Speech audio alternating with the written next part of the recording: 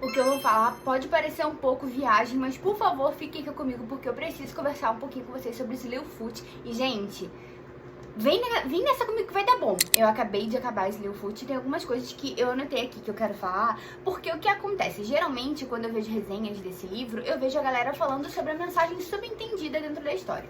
Todo bom livro, ele tem duas mensagens. A mensagem que fica explícita ali durante a narrativa e a mensagem que ela é subentendida, que tá ali entre linhas sobre o que aconteceu. A mensagem subentendida de Slewfoot é: nós mulheres precisamos entender qual é o nosso valor, precisamos encontrar a nossa força, precisamos nos impor contra aqueles que tentam nos desarmar. Mas, porém, contudo, entretanto, aqui eu vou falar sobre a mensagem explícita, principalmente sobre o paganismo, que tem muitas coisas que me fizeram pensar muito, e eu acho interessante porque o paganismo não é tão difundido, então a gente não tem tantas informações, e talvez algumas coisas bem interessantes que fazem muito sentido pro livro tenham passado despercebido para algumas pessoas. Então eu queria falar um pouquinho sobre isso. Ah, vai ser doido, mas vem comigo. A primeira coisa que eu queria falar é sobre os opostos que estão ali sendo representados pelo pai e pela mãe. O pai sendo nosso Slewfoot e a mãe sendo a mãe terra, a mãe natureza. Eu vou falar aqui de 3 momentos dentro da história, mas não tem spoiler, tá? Eu só vou trazer pra vocês o que acontece dentro da história e um pouco do meu entendimento sobre o paganismo, que eu sou um pouco, mas eu estudei algumas coisas e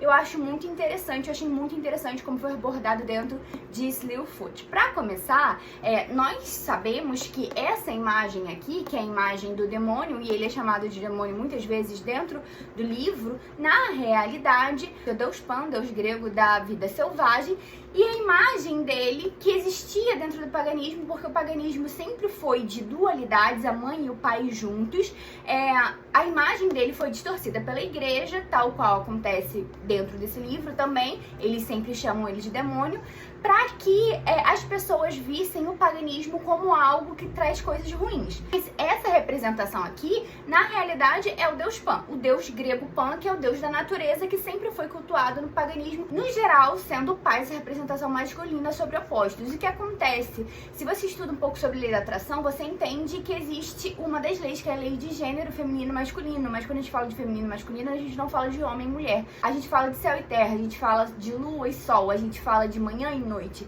A gente fala sobre yin e yang, sobre essas energias que seriam as energias masculinas e femininas, mas que no geral eu, Becca, prefiro chamar de yin e yang. Então, dentro da bruxaria existem essas duas energias, esses dois polos, que são dois polos que te trazem equilíbrio. Então isso é bem interessante a forma como isso é abordado aqui junto com os dois personagens, que é a Ábita e o Sansão. Gente, eu amei ver esse deus selvagem sem memória e sem saber o que ele é, tanto que toda hora ele fala que eu sou o pastor e eu também sou o caçador, porque ele é aquele guerreiro que preserva a natureza, mas ele tá ali para trazer vida. Vida e morte são os dois opostos também, tanto quanto o sol e a lua. Então essa dualidade está sempre representada entre o pai e a mãe dentro do paganismo, entre o dia e a noite. E aí também tem os dois personagens, que é a Ábita e o Sansão. Nossa, muito lindo como isso foi colocado dentro do livro. Uma outra coisa que eu amei dentro da história foi que a serpente está sempre sussurrando aqui, ó, no ouvido da Ábita, tal qual ela sussurrava no ouvido de Eva. Olha só que interessante. Em determinado momento da história, a Ábita fala que a serpente na realidade é vida.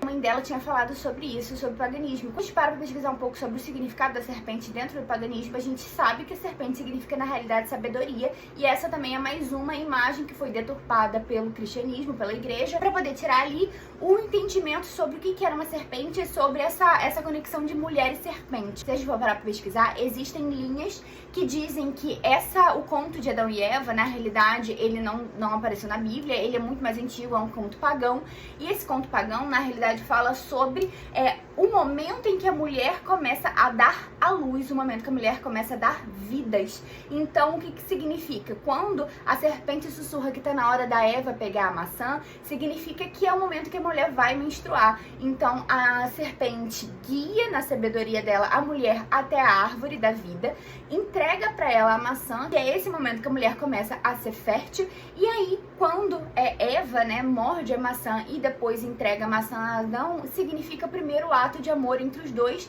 e esses dois o homem e a mulher, mais uma vez, nessa dualidade se fundindo para poder criar a vida.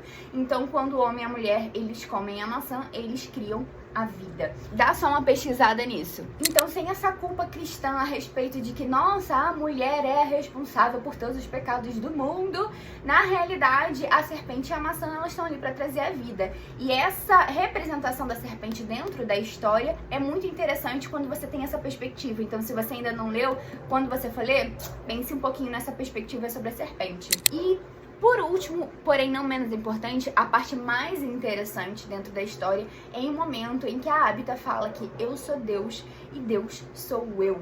Ou seja, isso também está dentro das ideias do hermetismo e das ideias da lei da atração, que significa que nós somos parte do todo e o todo é parte de nós e todos nós somos na realidade um. Ou seja, Deus está em mim, eu estou em Deus e nós vivemos a imagem e semelhança de Deus porque nós somos Deus. E isso é muito interessante quando a gente para pensar sobre a Ábita, a personagem principal, retomando o poder da vida dela e retomando a magia dela. Quando ela toma pra ela a magia, não necessariamente é só sobre essa magia sobrenatural, mas a magia de entendimento que, tipo, eu sou capaz de coisas incríveis porque eu sou Deus e Deus sou eu. Então, isso é muito interessante quando a gente para pensar que, na realidade, o todo tá conectado. E é sobre muito isso que fala o paganismo, né? Sobre o todo, diferente do individualismo que veio depois, né, com o tempo. Esses 3 pontos me fizeram pensar muito e eu estou muito apaixonada por esse livro. Espero que vocês leiam e pensem em tudo isso que eu falei quando vocês forem ler.